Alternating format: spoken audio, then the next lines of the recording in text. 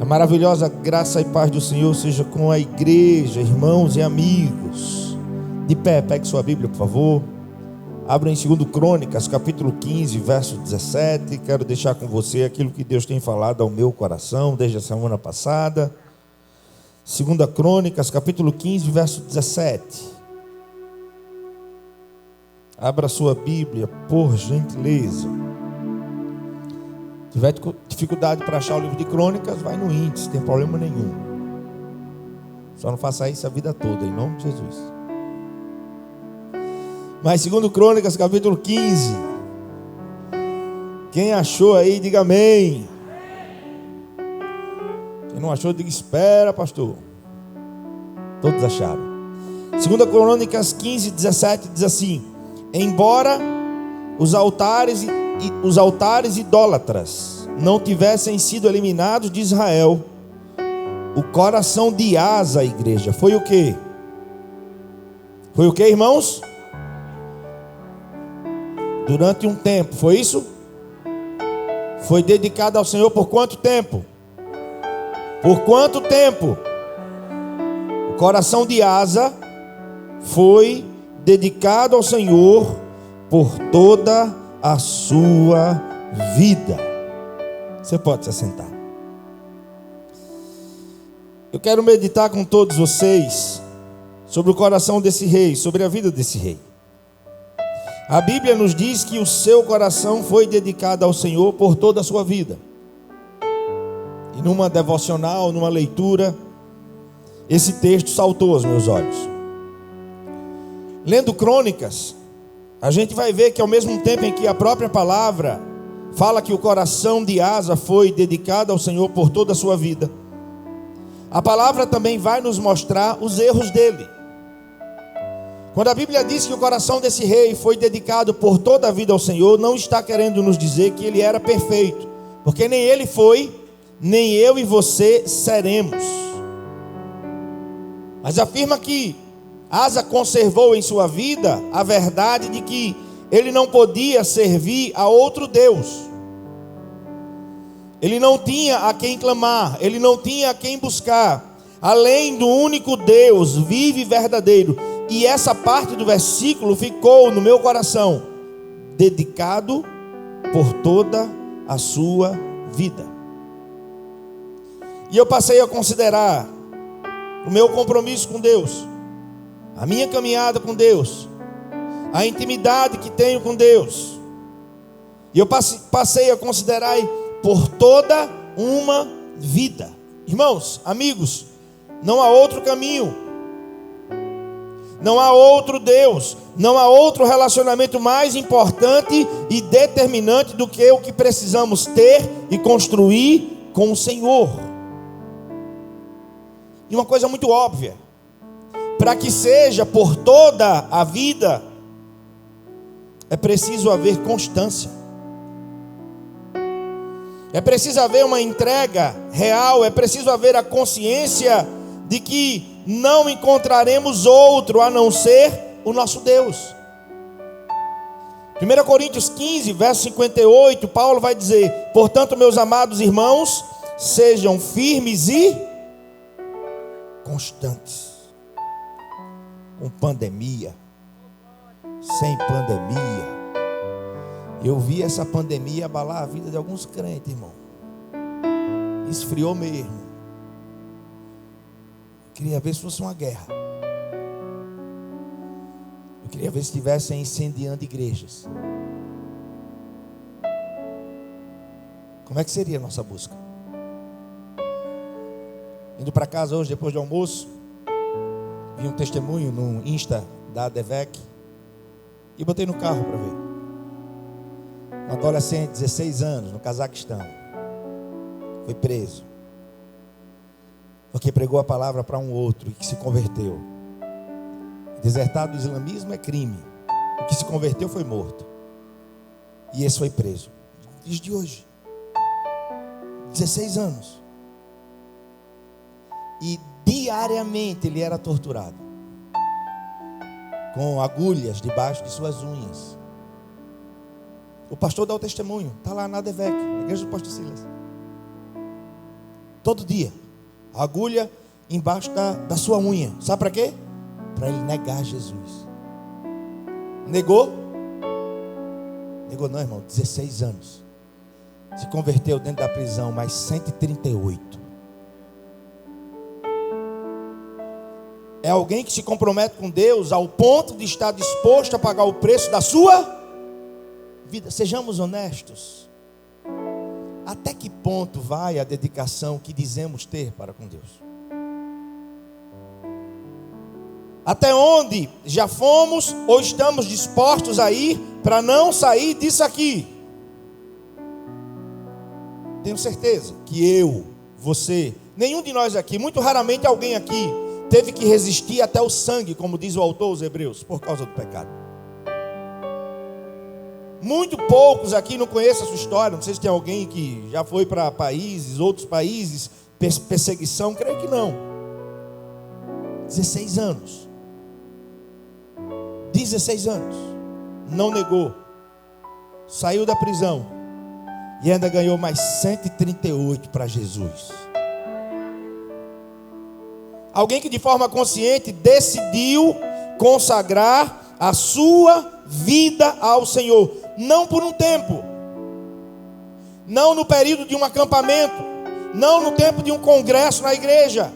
Não no tempo de uma festividade. Mas por toda uma vida. Eu queria que você e eu nos submetêssemos à ministração do Espírito Santo de Deus para considerarmos que dedicação há na minha e na sua vida, na caminhada com o Senhor. Se você tem por objetivo caminhar com Ele, não apenas como mais uma opção para a vida, não como apenas uma ideologia qualquer, mas como único caminho, você tem que ser constante. É preciso constância. É preciso firmeza. Firmeza. E quando a gente pensa no apóstolo Paulo, nas várias cartas que ele escreveu, inspirado pelo Espírito Santo, me identifico muito quando Paulo usa as figuras de atividades atléticas e faz o comparativo com a vida cristã. Quando a gente lê Coríntios, a gente vê Paulo utilizando a figura de atletismo, pugilismo, para incentivar os cristãos, a igreja de um modo geral, a lutar, mas não é lutar de qualquer forma, a correr, mas não é correr de qualquer forma, a viver como alguém que sabe que no final dessa trajetória o que a gente tem é vitória. Todo atleta em qualquer modalidade precisa se dedicar com afinco. Todo atleta precisa se dedicar a ponto de alcançar a sua melhor forma física e técnica. Se ele quer a máxima produtividade, a excelência em seu desempenho, ele não pode desistir. Ele tem que ser constante. Se ele quer sempre se superar, se ele quer sempre se aperfeiçoar, esse é o dia a dia de um atleta. Para isso ele precisa, como Paulo disse, ser firme e constante. E como se não bastasse, ele diz, sempre abundante. Olha o que ele fala.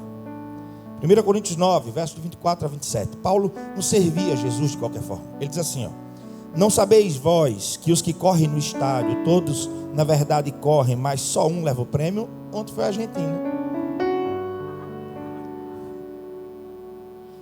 Ontem foi a Argentina, o Brasil sobrou. Só um leva o prêmio. Só um. Aí ele diz, começa a ensinar. Então corram de tal maneira que vocês alcancem. Todo aquele que luta, de tudo se abstém. E eles o fazem para alcançar uma coroa corruptível. Nós, porém, estamos correndo por uma coroa que é incorruptível. Aí ele diz assim, eu corro, mas não corro de qualquer forma. Eu combato, mas não combato sem propósito. Antes, subjugo meu corpo e o reduzo à servidão, para que pregando aos outros, eu mesmo não venha de alguma maneira ficar reprovado. Está dizendo, não corra por correr. Entrou nessa jornada, pegou no arado, não olhe para trás. Vá até o fim. Asa teve seu coração dedicado ao Senhor por todos os dias da sua vida. Quando falamos de atleta e pegamos esse texto aqui de 1 Coríntios capítulo 9, fica aqui subentendida a necessidade de disciplina, treinamento, determinação e constância. Quer servir a Deus até o fim? Seja disciplinado, irmão. Todo dia da sua vida comece falando com o Eterno. Quer dedicar a sua vida ao Senhor até o último dia dela? Ore todo dia ao Senhor. Todo dia. Porque eu e você precisamos da graça dEle, da misericórdia dEle. Porque quem pensa está de pé. Cuide para que não caia. Mas Ele nos garante que está conosco nessa jornada e nós iremos chegar até o final. Eu quero ter o prazer de envelhecer, se daqui para lá Jesus não voltar, e ver as crianças que hoje são crianças, os adolescentes que hoje são adolescentes, e amanhã pregando. Pastores, missionários. Fui impactado com uma pregação do pastor Hernandes Dias Lopes, quando ele disse que passando pela Europa, o coração dele chorou, porque as igrejas lá estão sendo compradas por boates. Porque os pais, não façam apologia a não estudar, não buscar conhecimento, de maneira nenhuma, mas os pais se preocuparam muito com a questão financeira, com o estudo, e se esqueceram de ensinar seus filhos a temer a Deus, a amá-lo, a saber como a criança judia aprendia a primeira verdade. Deuteronômio 6,4. Ouve, ó Israel, o Senhor nosso Deus é o único Senhor. Só existe um Deus verdadeiro e eu vou servi-lo até o último dia da minha vida. Você também? Você também? Ou será que quando o celebration chegar, tu dá uma... Tem gente que é assim, irmão. A gente conhece os bastidores. Rasa. Qualquer coisinha faz ele demover da fé, faz ele sair da presença. É preciso ser constante. Eu tenho dono. O meu preço foi preço de sangue. Eu fui comprado pelo sangue de Jesus que verteu na cruz do Calvário. É preciso tomar essa decisão de se dedicar ao Senhor por todos os dias da vida. Eu acho o máximo quando Paulo diz: eu corro, mas não corro sem alvo. Eu luto, mas não luto sem propósito. Eu sei para onde eu estou indo. Eu sei qual é a minha missão. Eu sei em que e por que eu devo me desgastar, envelhecer, as cãs ficarem brancas, as forças irem embora. Eu sei aonde empreender esse esforço. Você sabe? Tua vida segue que curso? Para onde ela caminha? E ele diz ainda mais: mas eu esmurro meu corpo e faço dele meu escravo, para que depois de ter pregado aos outros, eu mesmo não venha a ser reprovado. Disciplina, trabalho e constância são indispensáveis a todo aquele que deseja viver o que Deus tem para você. Deus tem promessa, mas a promessa não cai do céu não, irmão. Para viver a promessa tem que ter constância. Para viver a promessa tem que pagar o preço, sim ou não? Sim ou não? E aí eu aprendo uma coisa: quem não deseja a excelência tem que se contentar com a mediocridade. Quem não deseja a excelência tem que se contentar com qualquer coisa. Porque o que é que Deus tem para nós? Não é qualquer coisa não, irmão. É aquilo que o olho não viu, é aquilo que o ouvido não ouviu, é aquilo que não subiu ao coração de homem algum. É o que Deus tem preparado para aqueles que o amam. Mas você acha que você vive isso como? Frequentando apenas uma igreja? Achando que o frequentar é ouvir aqui para Deus resolver os seus problemas? Você está no raso, irmão.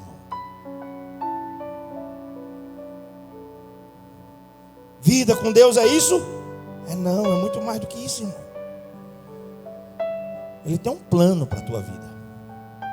Ele quer você um instrumento poderoso, usado e ousado na mão dele, cheio da palavra, cheio do Espírito. para dedicar toda a sua vida. 2 Coríntios 15:17, o texto base, diz que o coração de Asa foi dedicado ao Senhor. Mas a Bíblia, ao mesmo tempo, não esconde as falhas desse homem. Veja aí, 2 Crônicas 16, versos de 1 a 9. Depois você lê. Mas olha aí, passe rapidamente pelos versículos. O texto vai mostrar que Asa faz uma aliança com o rei da Síria, quando deveria ter dependido só de Deus. Contexto de guerra, seria atacado. E aí ele age por ele. Ele faz o quê? Ele faz um acordo com o rei da Síria, quando deveria ter dependido só de Deus. Mas quem nunca, olhe para mim, quem nunca numa hora tensa não teve que agir de maneira impensada e depois voltar para Deus e dizer: Senhor, me perdoa? Quem nunca? Me perdoa porque eu deveria ter confiado só no Senhor, dependido só no Senhor. Quem nunca, quando a situação aperta, a primeira atitude não é entrar no quarto, fechar a porta e falar com o Eterno. A atitude às vezes é falar com quem? Com os cupincha. Não resolve nada. Fala com quem resolve, irmão. Entra no quarto, fecha a porta.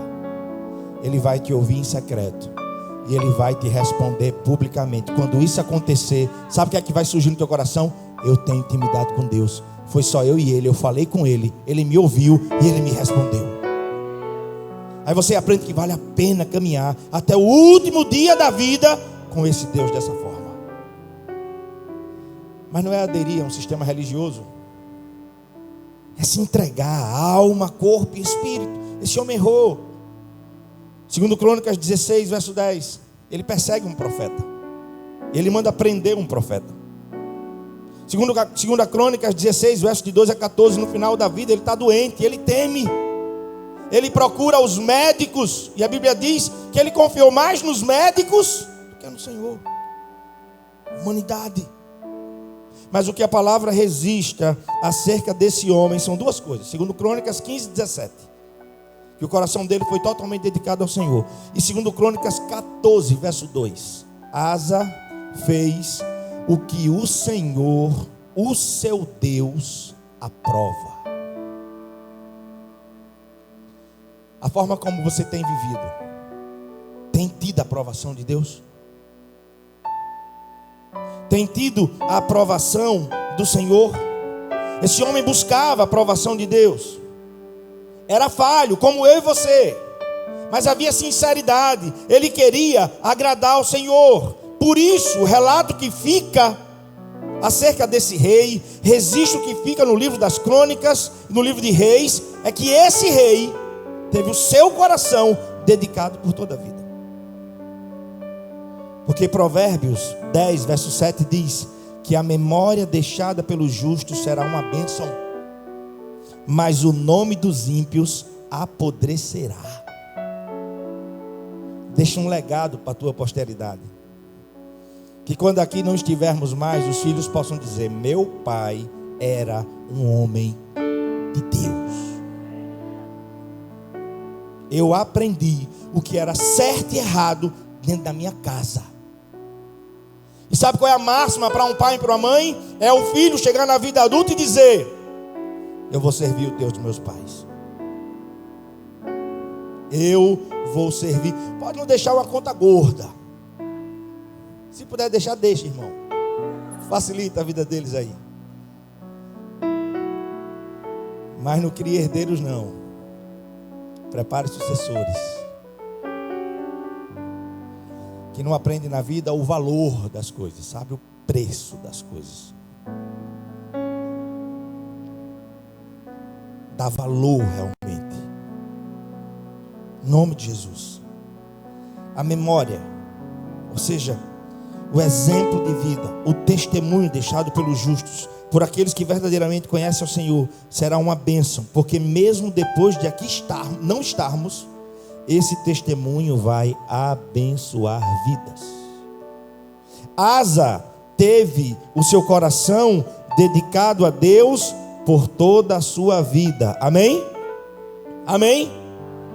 Mas a Bíblia vai nos mostrar, e eu vou ler aqui para você. Infelizmente, hoje em dia também há esses que dizem, sabe o quê? É inútil servir a Deus. Escuta. Malaquias capítulo 3, verso 13. Escuta. Olha o que diz o texto. Vocês têm dito palavras duras contra mim, diz o Senhor. Ainda assim perguntam, o que é que temos falado contra ti? Vocês têm dito, é inútil servir a Deus. O que ganhamos quando obedecemos os seus preceitos e ficamos nos lamentando diante do Senhor dos Exércitos? Por isso agora consideramos felizes os arrogantes, pois eles prosperam. Os que praticam o mal escapam ilesos. Os que desafiam a Deus, nada lhes acontece. Depois, aqueles que temiam o Senhor, conversavam uns com os outros e o Senhor os ouviu com atenção. Foi escrito um livro como memorial na sua presença acerca dos que temiam e honravam o seu nome. Olha o que Deus vai falar agora.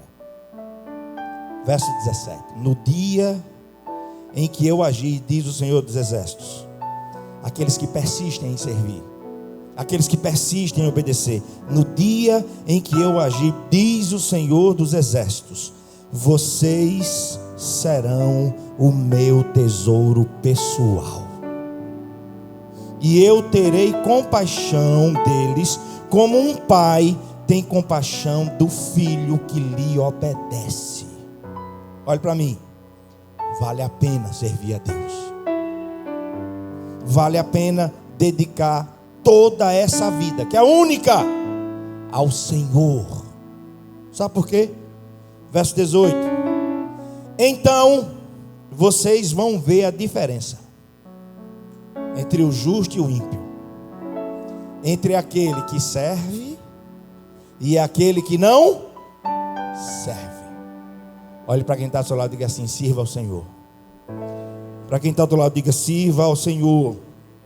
Diga assim: e faça isso por toda a sua vida.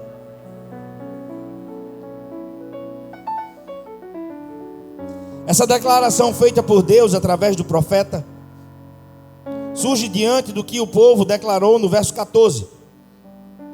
É inútil servir a Deus. Alguns dizem isso hoje também, se não com palavras, mas com atitudes. Tem gente que vive dentro da igreja, mas sem compromisso nenhum. Ouvem, recebem a palavra, mas não muda nada. Essa declaração de Malaquias 3,18 é tão séria, porque quem fala isso é o próprio Deus. Que os que servem a Ele são diferentes, porque agem, pensam, falam e procedem de uma forma diferente do que vemos hoje nesse mundo. E essa diferença não pode desaparecer nunca, a igreja. Porque Jesus disse: se o sal não consegue mais salgar, ele só servirá para ser lançado no fogo. É servir a Deus por todos os dias da nossa vida, é viver comprometido com Ele por todos os dias da nossa vida, e mostrando naturalmente a diferença que isso traz para o nosso viver. Quando desfrutamos dessa relação autêntica com Deus, o mundo sabe disso. Através da nossa ação e das nossas expressões, o Senhor vai abençoando outras vidas. Foi assim com Moisés, foi assim com Jacó, foi assim com Isaías, foi assim com Paulo, e em nome de Jesus será assim comigo e com você. É Deus quem fala, igreja. Verás a diferença entre o que me serve e o que não serve, entre o que me conhece e quem não me conhece. E a diferença é como? É um terno e uma gravata? É não, irmão, tem nada a ver, irmão. É não estar com barba. Tem problema nenhum ter barba.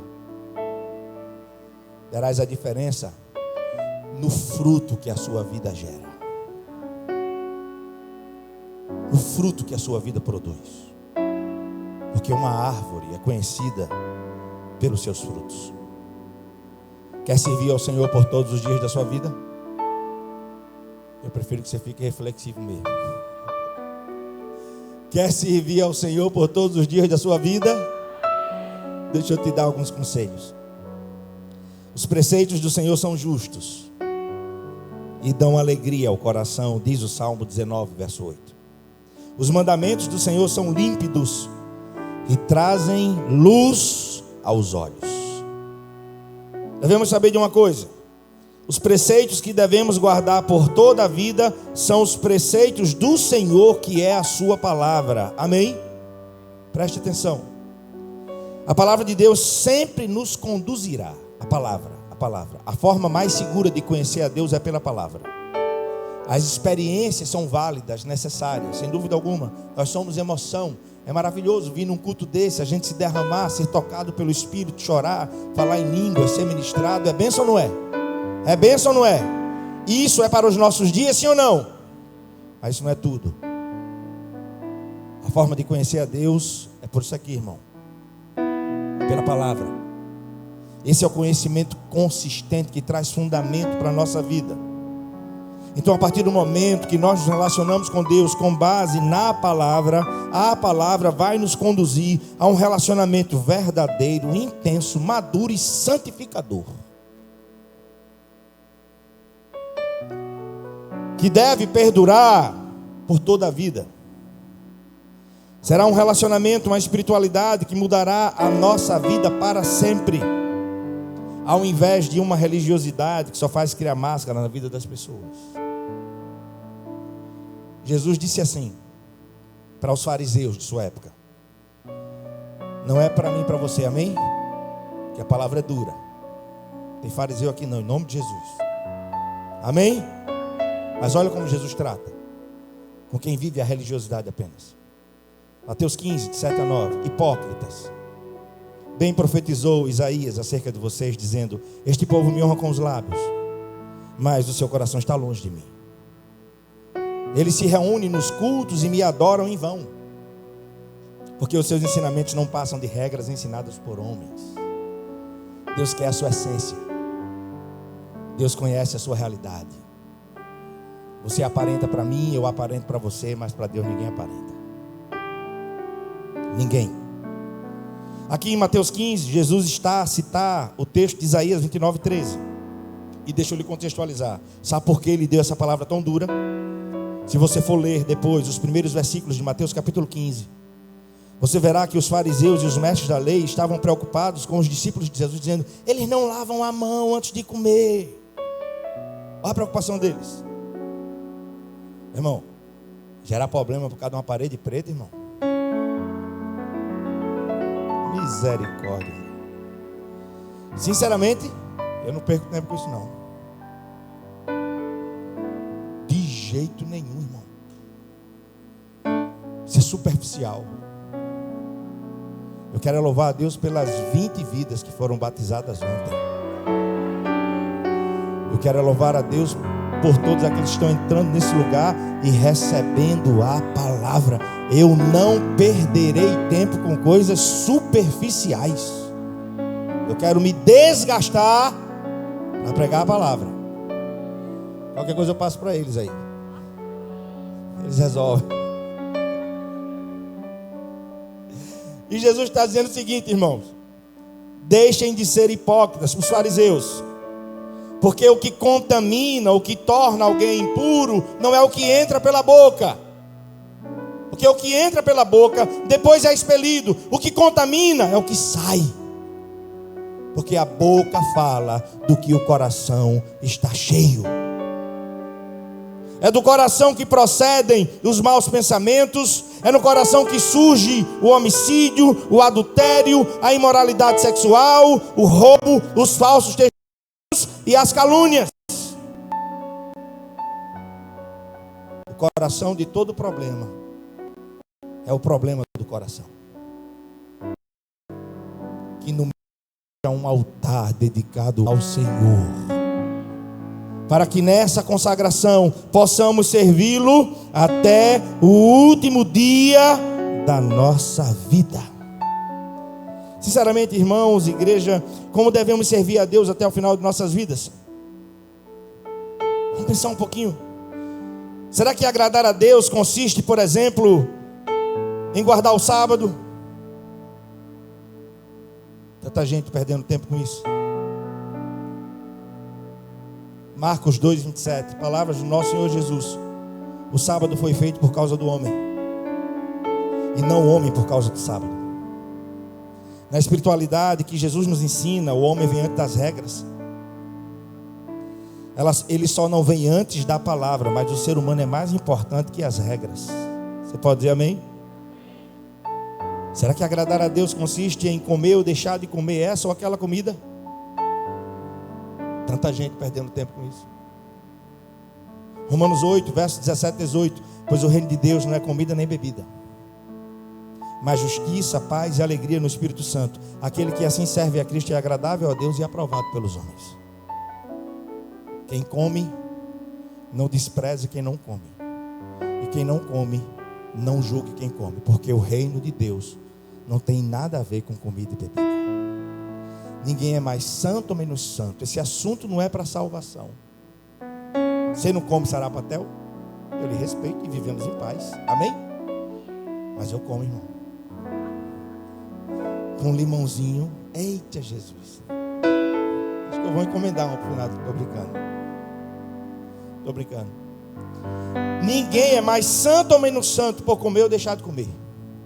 O reino de Deus não consiste em comida nem em bebida, mas justiça, paz e alegria pelo Espírito Santo de Deus.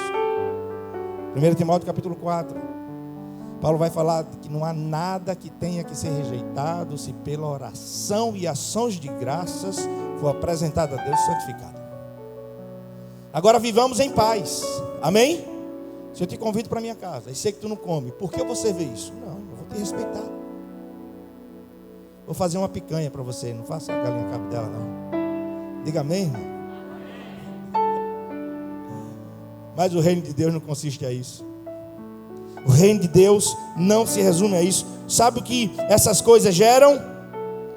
Excelentes religiosos sem experiência nenhuma com Deus.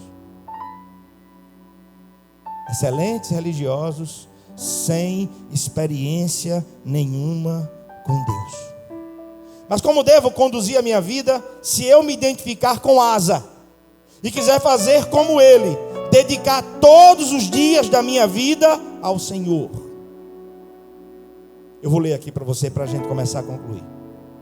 O Senhor usa o profeta Miqueias para dizer ao seu povo o que é que ele quer. Miqueias capítulo 6, apenas o verso 7 e 8. Olha o que o Senhor fala através do profeta. Ficaria o Senhor satisfeito com milhares de carneiros? Com 10.000 ribeiros de azeite? Devo oferecer meu filho mais velho por causa da minha transgressão, o fruto do meu corpo por causa do pecado que cometi? Ele mostrou a você, ó homem, o que é bom e o que é que ele pede de você. Olha aqui o que Deus pede de mim e de você: que pratique a justiça, que ame a fidelidade e que ande humildemente diante de Deus. Você não é nada, eu não sou nada sem o Senhor. Nós precisamos dele até o último dia da nossa vida. Como deve ser a minha, a sua jornada até o final dela. O Senhor quer que vivamos na prática da justiça, no amor, fidelidade, e que andemos diante dele e diante uns dos outros em humildade. Irmãos, é Antigo Testamento. O profeta questiona no verso 7: será que agrada a Deus milhares de sacrifícios? Será que agrada a Deus 10.000 ribeiros de azeite? Será que sacrifícios de tolo, como sacrificar alguém, será isso que agrada a Deus? O profeta está ensinando que a abundância de coisas, ou a observância de inúmeras regras que um homem possa fazer, só vai servir para impressionar outros homens. O que é que o Senhor disse através do profeta Joel? Não rasguem mais a roupa não, estão perdendo sua roupa. Rasga o coração diante de mim. Porque o povo aprendeu para mostrar que estava consternado, raspava a cabeça, se vestia com pano de saco, botava cinza sobre a cabeça. Um homem olhando para o outro dizia: está consternado, está arrependido. E Deus olhava e dizia: está nada, só perdeu a roupa. Deus nos chama para autenticidade, igreja. Para uma vida autêntica. Não é perfeita, como não foi a vida de Asa. No capítulo 15, diz que ele se dedicou por todos os dias. No 16, mostra 3 erros dele. Porque a palavra é luz. Ela não esconde o erro de ninguém, mas ela tem remédio para mim e para a sua vida. Na verdade, ela é o remédio. O Senhor deseja que vivamos uma vida justa. Sabe por quê? Salmo 33, versos 4 e 5. Ele ama a justiça. Ele ama a justiça e o direito. Quer o favor do Senhor sobre você? Quer ter longos dias? Viva na prática da justiça. O certo é certo. O sim é sim. O que é direito do outro é direito do outro, e não suplante isso. Porque balança enganosa é abominação diante dos olhos de Deus. Quer agradar a Ele por toda a sua vida? Viva na prática da justiça.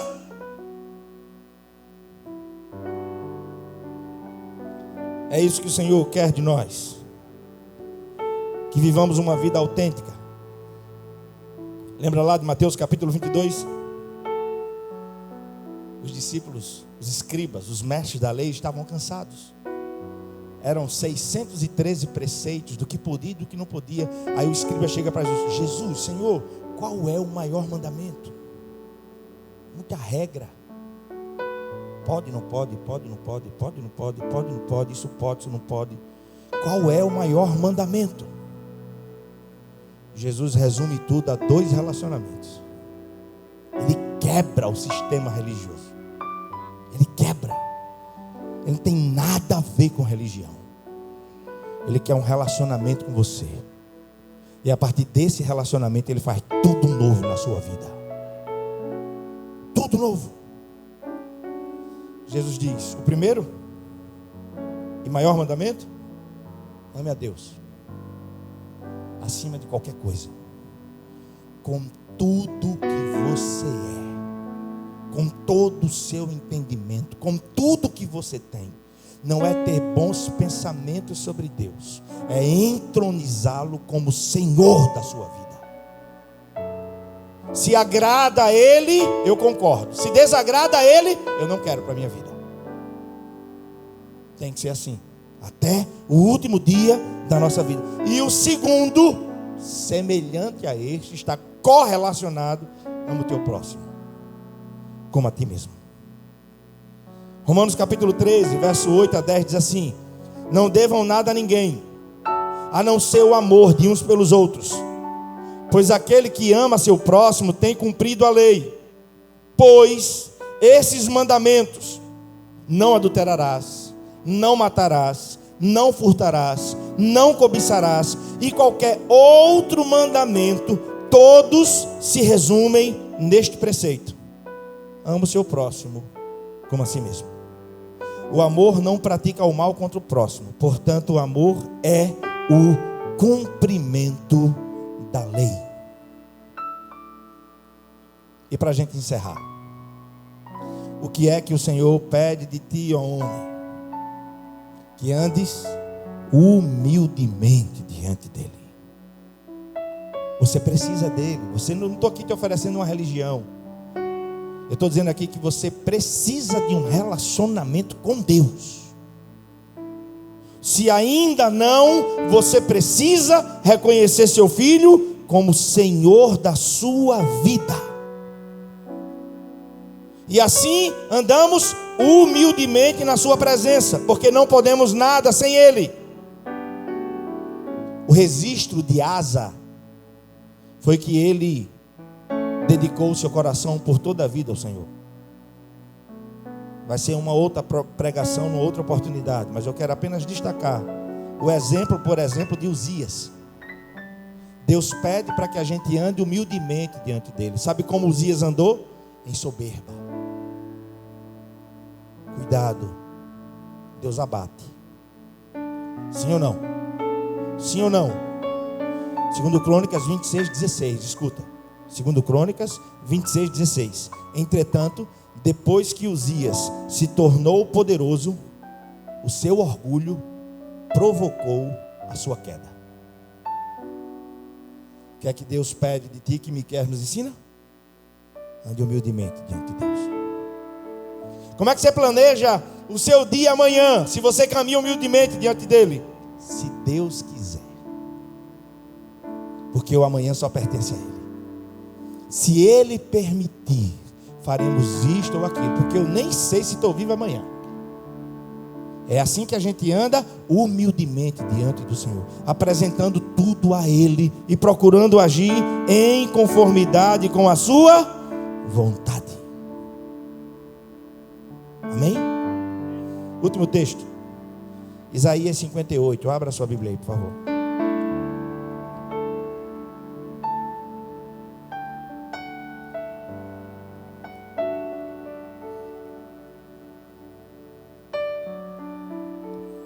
Eu vou construir a minha vida em ti, Senhor. Tu és o meu fundamento, até o último dia dela. Você achou Isaías 58? Escuta. Pois dia a dia me procuram, parecem desejosos de conhecer os meus caminhos, como se fossem uma nação que faz o que é direito e que não abandonou os mandamentos do seu Deus. Pedem-me decisões justas e parecem desejosos de que Deus se aproxime deles. Porque jejuamos, dizem, e não viste? Porque nos humilhamos e não reparastes? Contudo, no dia do seu jejum, vocês fazem o que é do agrado de vocês. Vocês exploram os seus empregados. Seu jejum termina em discussão, rixa, em brigas de socos brutais. Vocês não podem jejuar como fazem hoje e esperar que a sua voz seja ouvida nos céus. Será esse o jejum que escolhi? Que apenas um dia o homem se humilhe, incline a cabeça como junco e se deite sobre pano de saco e cinzas? É isso que vocês chamam jejum? Um dia aceitável ao Senhor? O jejum que desejo não é este? Soltar as correntes da injustiça, desatar as cordas do jugo, pôr em liberdade os oprimidos e romper todo jugo? Não é partilhar sua comida com o faminto, abrigar o pobre desamparado, vestir o nu que você encontrou e não recusar ajuda ao próximo, seja ele quem for? Aí sim, a sua luz irromperá como alvorada, e prontamente surgirá a sua cura, a sua retidão irá diante de você, e a glória do Senhor será a sua retaguarda. O que o Senhor pede de nós é uma vida vivida com humildade e simplicidade diante dele e dos homens. Sabe o que esse texto ensina? O povo fazia tudo direitinho no dia de jejum. Vamos contextualizar? O domingo, no dia de vir para a igreja, tudo direitinho, se humilhavam, se vestiam com pano de saco, cobriam-se com cinzas, mas não viviam a justiça, o amor, não andavam humildemente diante do Senhor. Como é que estamos andando? Como é que está a nossa vida com Deus? Se resume ao domingo? Que tipo de compromisso nós temos com Ele? Como é que está a nossa vida com Deus? Até quando vai a nossa fidelidade? Até onde estamos dispostos de andar com o Senhor? Ele mostrou a você, ó homem, o que é bom e o que o Senhor exige. Pratique a justiça, ame a fidelidade e ande humildemente diante de Deus. Equipe de louvor, se você quer realmente agradar a Deus na sua vida e dedicá-la para sempre, até o último dia dela, reconheça que você precisa dele, se submeta a ele, entregue a sua vida ao Senhor. Se encontra afastado, retorne hoje, agora, porque Ele quer te conduzir por todos os dias da sua vida, mas só fará se você permitir. Asa dedicou a sua vida ao Senhor por todos os seus dias. Qual vai ser a minha e a sua história?